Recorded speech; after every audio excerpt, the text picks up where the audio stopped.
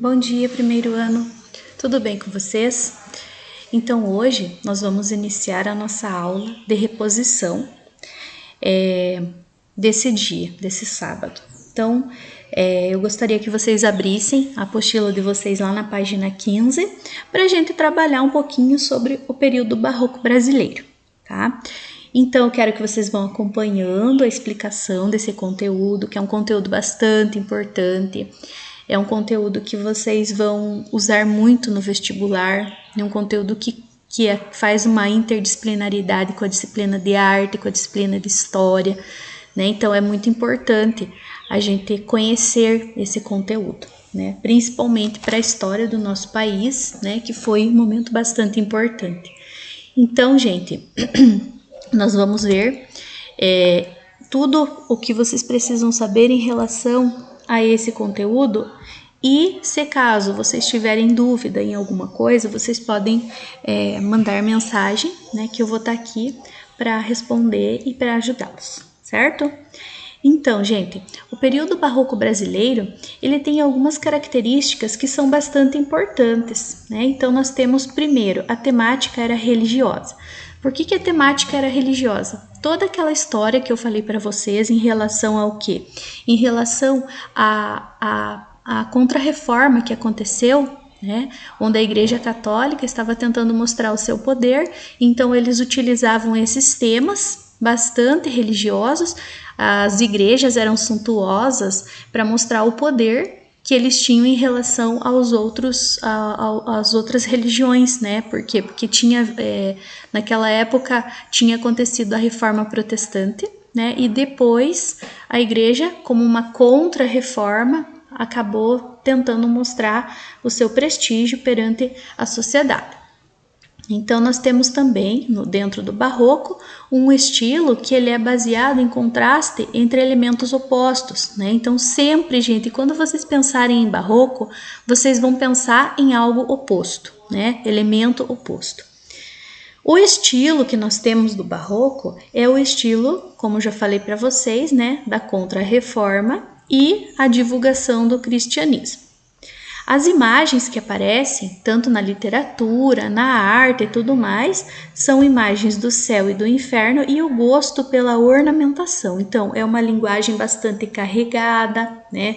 Bastante marcada também pelos sentidos. Então, isso é bem importante, né? A gente saber.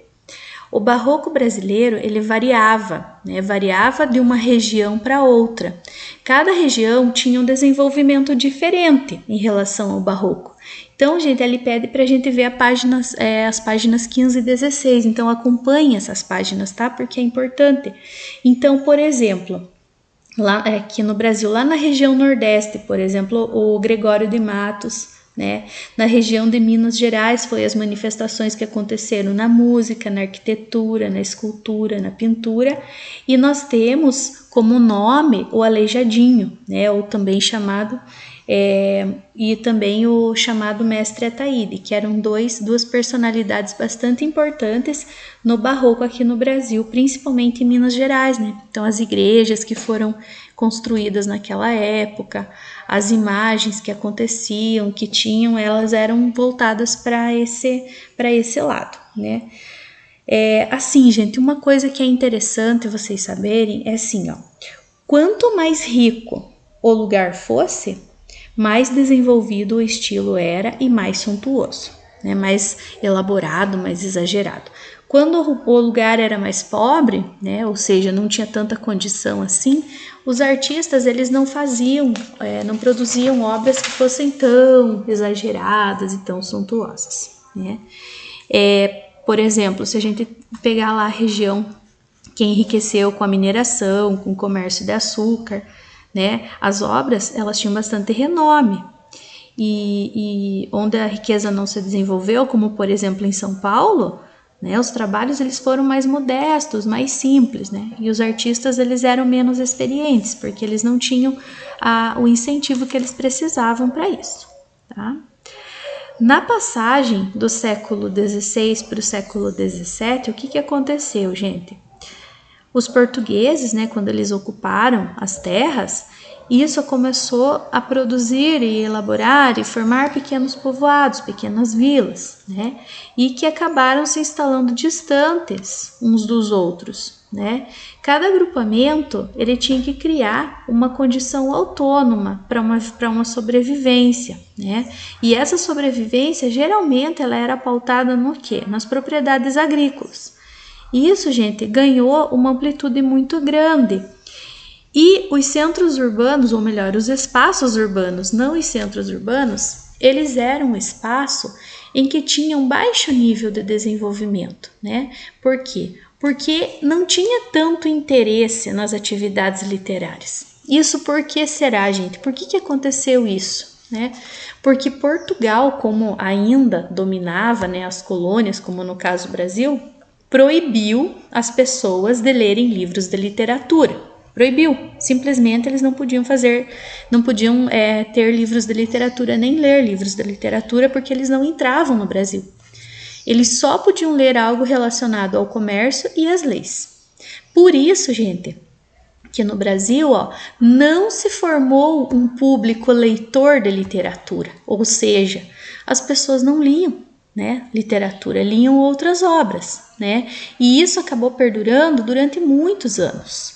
Mas, né, nós temos os salvadores da pátria, que foram quem? Os filhos, né, das pessoas que tinham dinheiro, dos proprietários dos proprietários e produtores lá da parte do açúcar, dos mineradores, né? O que eles faziam? Eles mandavam os seus filhos para estudar em Portugal, para estudar em outros lugares da Europa, né?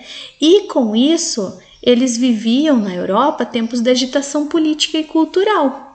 Isso acabou seduzindo os jovens e fez com que eles se envolvessem e tivessem e mostrassem um tanto de interesse nesse tipo de leitura, né? E apesar dessa restrição que Portugal colocou, né, de fazer com que aqui no Brasil não se lesse literatura, esses livros passaram a circular, né? Passaram a circular no Brasil trazidos por esses jovens. Então eles foram meio que salvadores da pátria, né? E assim, gente, algo bastante importante também é com relação a esses livros, né? Então, esses livros, gente, que eram relativos a comércio e às leis, como eles não poderiam, né, eles deveriam, na verdade, serem utilizados e não poderia se utilizar a literatura, foi estabelecido lá no século XVIII, a censura, né? Então, no que essa censura era baseada? Na ideia de que ler fazia mal à saúde. Então, as pessoas acreditavam que se você lesse, você tinha prejuízo para os olhos, para o cérebro, para o estômago, para os nervos.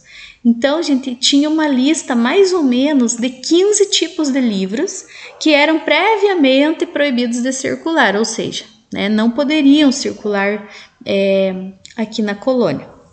E grande parte tinha conteúdo que era considerado mortal para a igreja, né? Por quê? Porque criticava, porque fazia as pessoas observarem a igreja com outros olhos e tal. E nos fins do século XVI, os jesuítas, eles tinham livros de cunho religioso, de cunho pedagógico, né? E correspondência também entre os membros da ordem, né? Da ordem dos padres jesuítas. Então, gente, o que a gente precisa pensar em relação a isso? A circulação de textos literários aqui no Brasil, ela foi particularmente raro, né, naquela época. Isso dificulta a formação de um público leitor.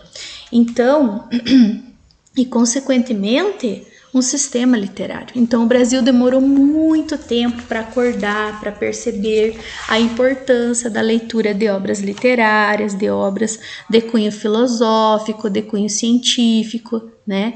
Então, por causa disso, gente, naquela época não tinha se formado um público leitor, né? Então, muitas pessoas ainda hoje vivem essa consequência daquela época ainda, né? Então, se nós fôssemos de repente instruídos de outra maneira, hoje, quem sabe o Brasil seria um país onde a leitura, né, estivesse se desenvolvendo muito mais, né?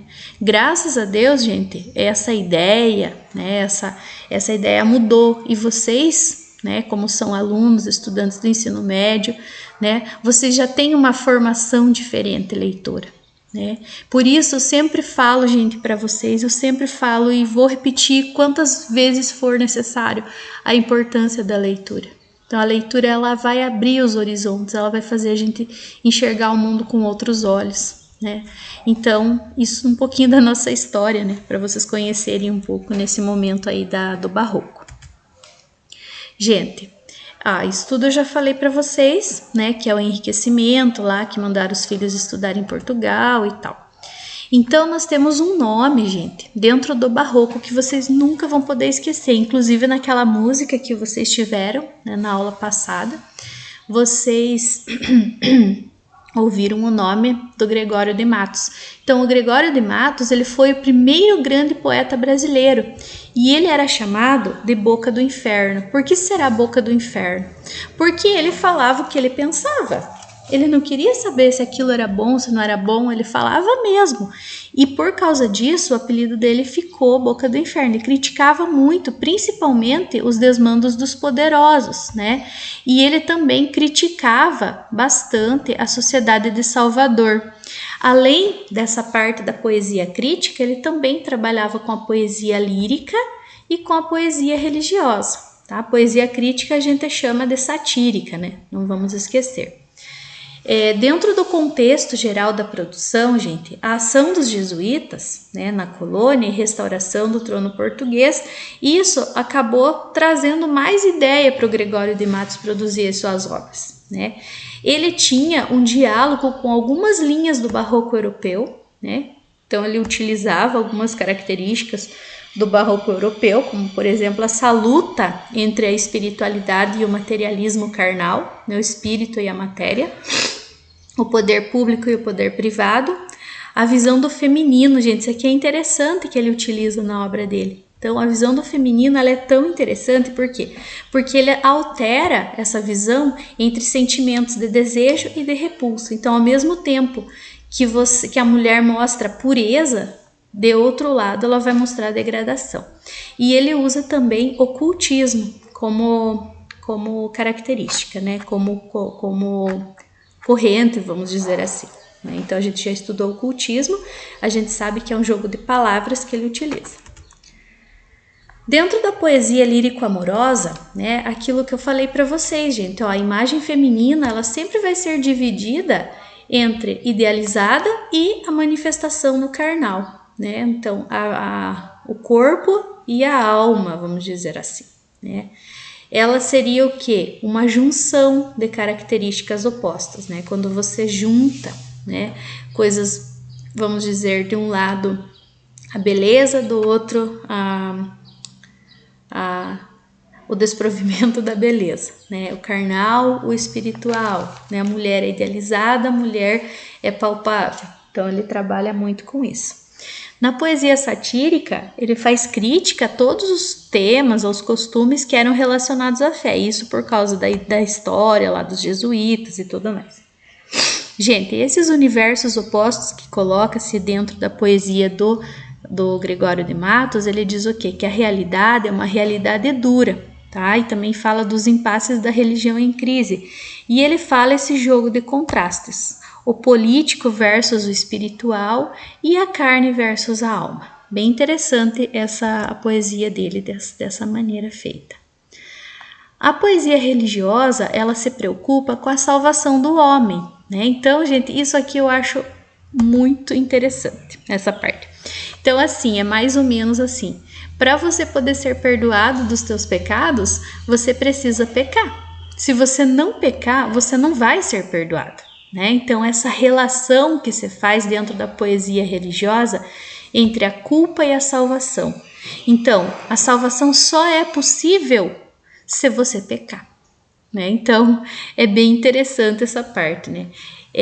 O eu lírico, ele age como alguém que se defende de si mesmo, né? Na presença de Deus, com a promessa de redimir-se e não pecar mais. O tema religioso, né? A gente já viu ali, que é o contexto da Contra-Reforma e como pano de fundo a educação jesuítica. Então, gente, espero que vocês tenham prestado bastante atenção nesse conteúdo, porque ele é bastante importante, tá? E não vou postar atividade nessa aula, vamos deixar para pôr na segunda aula, que daí a gente vai resolver os exercícios da apostila, tá bom? Então, gente, se vocês tiverem qualquer dúvida em relação a esse conteúdo, quiserem conversar um pouquinho comigo também, eu vou ficar muito feliz, né, em poder respondê-los, em poder conversar com vocês, ok? Um abraço para todos, fiquem com Deus e até a próxima aula.